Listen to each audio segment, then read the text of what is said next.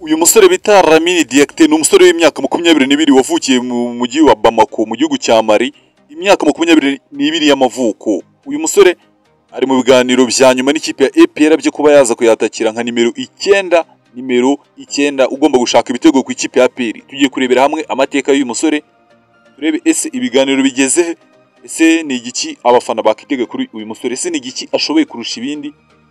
Ariko ikintu cya mbere nababwira ni kimwe, wanze mukade subscribe ubundi tubyinjiremo neza cyane. Guhera tariki 3 z'ukwezi kwa mbere ikipe ya APR yasubukuye yatangiye ibiganiro n'umusore bita Lamine Diakité w'umunyamali ukina mu ikipe bita Sento Banta.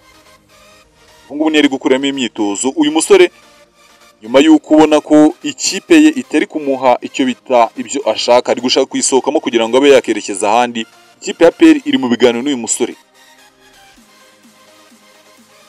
Ikintu nabonye uyu musore ashoboye ni ikintu bita gutsinda ibitego byo hejuru ku mitwe.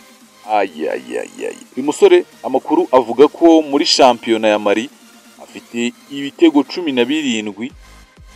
Niwe top scorer wa shampiyona ya Mali ubu ngubu. Ibitego 17. Ibitego 17.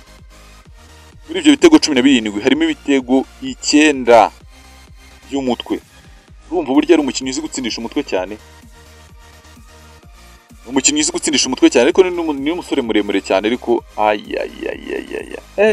ibitego by'imitwe rwose ababimaruramo ababiminamo. Lamine Diakité, ikipe ya APR iramutse ibonye uyu mukinnyi rwose uri ku rwego rwo kuba top scorer wa Mali akaba yaza mu ikipe nka AP, rwose byaba ari ibintu byiza, byaba ari ibintu by'agaciro. Abafana bayo sinzi uburyo mu byumva.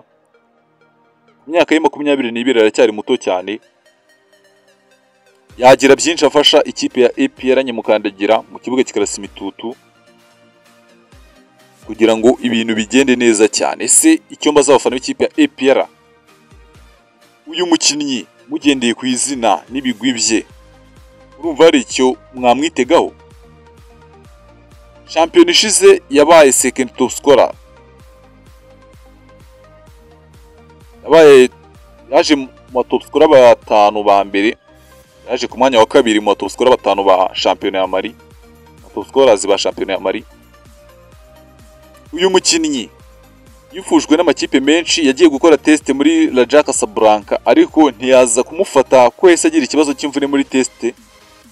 Urumva umukinnyi ku rwego rwo kwifuzwa ikipe nka Raja, uri umukinnyi muzima cyane rwose, iba yakubonye ko ibakubonyemo ikintu gikomeye cyane.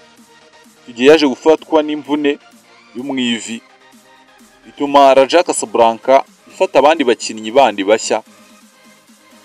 Uyu musore iramusezerera asubira wabo mu gihugu cya Mali muri 2022. Ubwo nibwo yari yagiye muri Raja Casablanca. 2023 kuko 2022 yose yimaze ari kwivuza.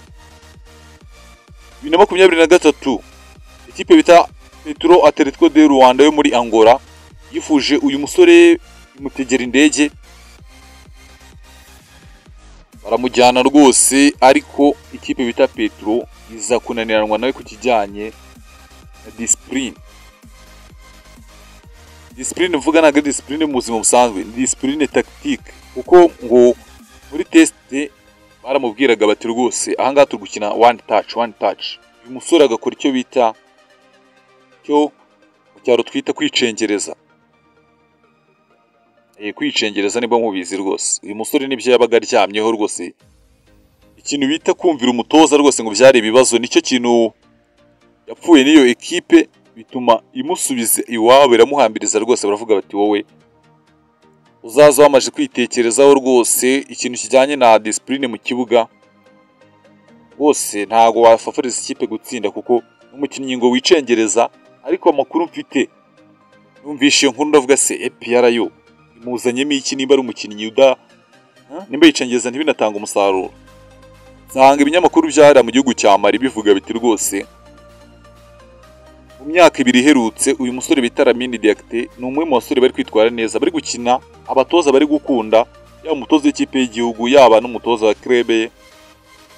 Rwose ko ngo yarahindutse cyane, ibyo yarazi umupira pe, ariko yicwa n'ikintu kijyanye no kwicengereza.